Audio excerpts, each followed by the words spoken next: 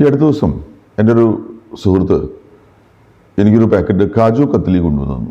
കാജു കത്ലി ഒരു north Indian sweet, രാജസ്ഥാനിയാണെന്ന് തോന്നുന്നു. വലിയ പ്രത്യേകതയുള്ള സ്വീറ്റാണ്, എനിക്ക് ഭയങ്കര ഇഷ്ടമാണത്.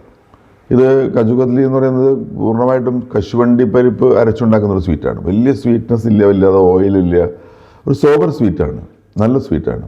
അത് നമ്മുടെ നാട്ടിലൊക്കെ കിട്ടുമ്പോൾ കുറച്ച് അതിൽ കലർപ്പുണ്ടാവും തോന്നുന്നു. അണ്ടിപ്പരിപ്പൊക്കെ വളരെ കോസ്റ്റ്ലി ആണല്ലോ. പക്ഷേ നോർത്ത് ഇന്ത്യയിൽ പോയപ്പോഴാണ്, രാജസ്ഥാനിൽ നിന്നാണ് അദ്ദേഹം വാങ്ങിക്കൊണ്ടുവന്നത്. രാജസ്ഥാനിൽ നിന്ന് എന്നെ ഓർമ്മ വെച്ച് വാങ്ങിക്കൊണ്ടുവന്നതാണ്, അതിൻ്റെ വാല്യൂ കൂട്ടുന്നു. വളരെ സ്നേഹപൂർവ്വം കൊണ്ടുവന്ന് ഞങ്ങൾ ഒരു വൈകുന്നേരമാണ് കൊണ്ടുവന്ന് തരുന്നത്. അടുത്ത ദിവസം കാലത്ത് വേണ്ട, രാത്രി എന്തായാലും അതേ ഭക്ഷണം കഴിക്കുന്നില്ല, കാലത്ത് വേണ്ട, ഉച്ചയ്ക്ക് ഭക്ഷണത്തിന് മുമ്പ് ഒന്ന് എടുത്ത് കഴിക്കാൻ നോക്കുമ്പോൾ അത് പൂത്തിരിക്കുന്നു, ഫംഗസ് വന്നിരിക്കുന്നു അറിയാം. അതിൽ കാഴ്ചയിൽ അതിൻ്റെ ഒരു വെള്ള നിറവും ഉള്ളിലൊരു ഗ്രീനിഷ് ആയിട്ടുള്ള റോൾ കളറൊക്കെ ഉള്ളതുകൊണ്ട് പെട്ടെന്ന് മനസ്സിലാവില്ല. പക്ഷേ അതിൽ ഫംഗസ് വന്നിരിക്കുന്നു. ഭാഗ്യത്തിന് ശ്രദ്ധിച്ചു, വായിൽ വയ്ക്കുന്നതിന് മുമ്പ് തന്നെ ശ്രദ്ധിച്ചുകൊണ്ട് കഴിക്കേണ്ടി വന്നില്ല, രക്ഷപ്പെട്ടു എന്നുള്ളതാണ്. അപ്പോൾ ആ സ്നേഹം പക്ഷെ നമുക്ക് വിസ്മരിക്കാനും പറ്റില്ല. കാരണം ഒരു പുറമേ രാജ്യത്ത് എൻ്റെ സാന്നിധ്യമില്ലാത്തൊരു സമയത്ത് എന്നെ ഓർത്തൊരു സുഹൃത്ത് എനിക്ക് ഇഷ്ടപ്പെട്ട സാധനം വാങ്ങിക്കൊണ്ടുവരുമ്പോൾ എൻ്റെ വാല്യൂ വളരെ വലുത് തന്നെയാണല്ലോ. പക്ഷേ അതിൻ്റെ കൂടെ മറ്റൊരു പ്രശ്നം ഉള്ളതെന്ന് വെച്ചാൽ ഈ വാല്യൂ കുറച്ച് കുറഞ്ഞു പോവുകയാണ്. എങ്ങനെയാണെന്ന് അറിയുമോ? ഈ കൊണ്ടുവന്നിട്ട് ഒരു മാസമായി ഇദ്ദേഹം വന്നിട്ട്, രാജസ്ഥാൻ ട്രിപ്പ് കഴിഞ്ഞിട്ട് വന്നിട്ട് ഒരു മാസമായി എന്നാണ് എന്നോട് പിന്നീട് ഞാൻ വിളിച്ച് സംസാരിച്ചപ്പോൾ പറഞ്ഞത്. അങ്ങനെയാണ്. അപ്പോൾ ഒരു മാസത്തോളം ഇദ്ദേഹത്തെ ഫ്രിഡ്ജിൽ വെച്ചിട്ടാണ് കൊണ്ടുവന്ന് തരുന്നത്. സമയത്തിന് എനിക്ക് കൊണ്ടുവന്നില്ല എന്നുള്ളതാണ്. അപ്പോൾ നിങ്ങളൊരു സാധനം ഒരു കാര്യം കൊടുക്കുമ്പോൾ ആ സമയത്തിനും കൂടി ആവണ്ടേ. If you love somebody give your time എന്നാണ്. എന്തെങ്കിലും കൊടുക്കുക എന്നല്ല, ഗിവ് യുവർ ടൈം, അതാണ് പ്രധാനം. അപ്പോൾ 10-15 കിലോമീറ്റർ അപ്പുറത്താണ് അദ്ദേഹം താമസിക്കുന്നത്. ഒരു മാസത്തോളമായി. ഈ സമയത്തിൽ എപ്പോഴെങ്കിലും അത് എനിക്ക് കൊണ്ടുവന്ന് തരാനായിട്ട് അദ്ദേഹം കുറച്ച് സമയം ചിലവാക്കിയിരുന്നെങ്കിൽ എൻ്റെ വാല്യൂ കൂടുമായിരുന്നു. അപ്പോൾ നല്ലൊരു ജസ്റ്ററിൻ്റെ വാല്യൂ ഇല്ലാതാവുകയാണ് ചെയ്യുന്നത്, സമയം സ്പെൻഡ് ചെയ്യാത്തതുകൊണ്ട്. നമ്മൾ പലപ്പോഴും ഈ ഒരു കാര്യത്തിൽ വളരെ വിമുഖനാണ്, ഭയങ്കര പിശുക്കരാണ് നമ്മൾ സമയം സ്പെൻഡ് ചെയ്യുന്ന കാര്യത്തിൽ. നിങ്ങൾ ഈ ആരെങ്കിലും മരണപ്പെട്ട വീടുകളിൽ ശ്രദ്ധിച്ചിട്ടുണ്ടോ? ബഹളമായിരിക്കും, തിക്കും തിരക്കുമായിരിക്കും, ആളുകളുടെ എന്താ പറയുക തള്ളിക്കയറ്റമായിരിക്കും. ഒരു ശരാശരി നാട്ടുപുറത്ത് ഒരാൾ മരിച്ചത് 600 പേരാണ് വീട്ടിൽ കയറി. വീടിൻ്റെ സൈഡിലെ റോഡുകളൊക്കെ ബ്ലോക്കായിരിക്കും, വലിയ ഫ്ലക്സൊക്കെ വെച്ച് ആളുകൾ ഇങ്ങനെ വന്ന് കയറിക്കൊണ്ടേയിരിക്കും. എവിടെ നിന്നൊക്കെയോ ആളുകൾ വരും, ബന്ധമുള്ളവരും ഇല്ലാത്തവരൊക്കെ ആയിട്ട്, സുഹൃത്തുക്കളൊക്കെ ആയിട്ട്. നല്ല കാര്യമാണ്, വേണ്ടതാണ്. കാരണം മനുഷ്യർ സോഷ്യൽ ജീവിയാണ്. തീർച്ചയായിട്ടും അത്തരം ജസ്റ്റേഴ്സ് അത്യാവശ്യം തന്നെയാണ്. മരിച്ചു കഴിഞ്ഞാൽ പോകണം അവിടെ. പക്ഷേ ഒന്ന് ആലോചിച്ച് നോക്കൂ, 600-700 പേര് വന്ന ഈ ആളുകൾക്കിടയിൽ നിന്ന് കുറച്ച് പേരെങ്കിലും അദ്ദേഹം എന്തായാലും വ്യാപൃതനായ ഒരു മനുഷ്യനായിരുന്നു, വളരെ സോഷ്യലി ആക്റ്റീവായ മനുഷ്യനായിരുന്നിരിക്കുമല്ലോ. ജോലി ചെയ്തും മറ്റൊക്കെ ആയിട്ട് പുറത്തിറങ്ങി നടന്നും സംസാരിച്ചും ചിരിച്ചും തമാശ പറഞ്ഞും നമ്മളിൽ പലരുമായിട്ട് നല്ല സൗഹൃദങ്ങളും നല്ല മുഹൂർത്തങ്ങളൊക്കെ പങ്കിട്ട ആളായിരിക്കും.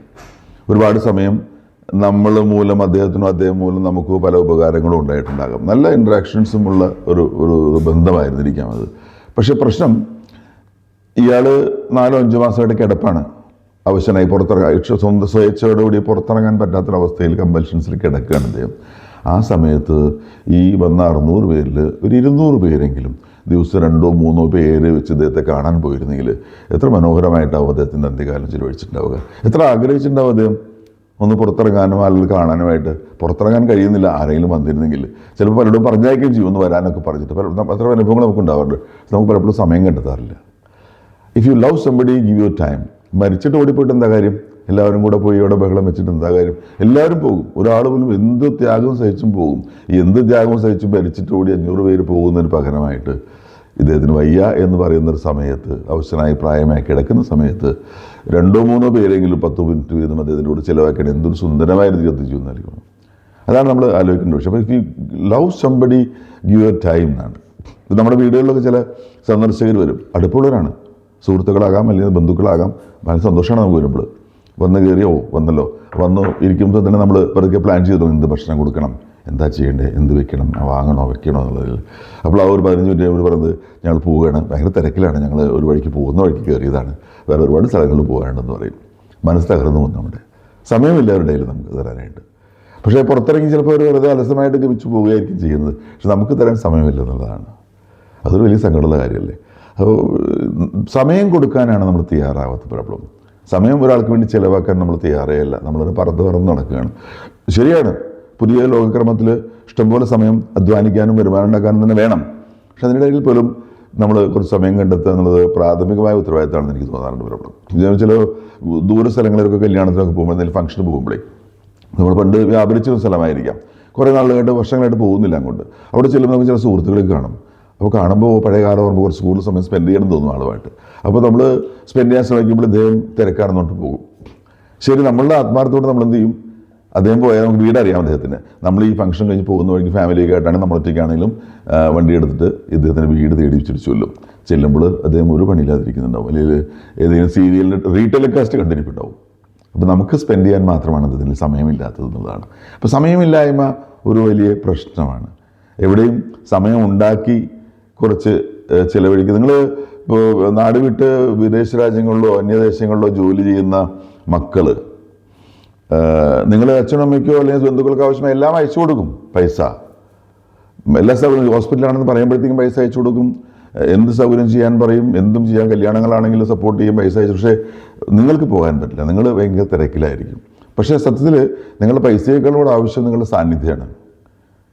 അത് മനസ്സിലാക്കാനുള്ളൊരു വാല്യൂ, നമ്മളുടെ വാല്യൂ മനസ്സിലാക്കാനുള്ള ഒരു കോൺഫിഡൻസ് നമുക്ക് വേണം. നമ്മളുടെ പ്രസൻസ് മറ്റൊരു സന്തോഷം ഉണ്ടാക്കുന്നത് മനസ്സിലാക്കാനുള്ള ഒരു confidence. Then we can spend time. If you love somebody, give your time എന്നുള്ളത് വളരെ പ്രധാനപ്പെട്ടൊരു കാര്യമാണ്. അവർ ലേണിംഗ് തുടക്കം മുതലേ ഉണ്ടാവുക, സ്ഥിരമായി നിലനിർത്തുക എന്നുള്ളത് പ്രൈമറി റിക്വയർമെൻ്റ് ആണ്.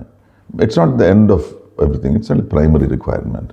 So if you love somebody, give your time. നിങ്ങൾ ആളുകളെ നിങ്ങൾക്ക് ഇഷ്ടമാണെങ്കിൽ അവർക്ക് വേണ്ടി സമയം ചിലവഴിക്കുക.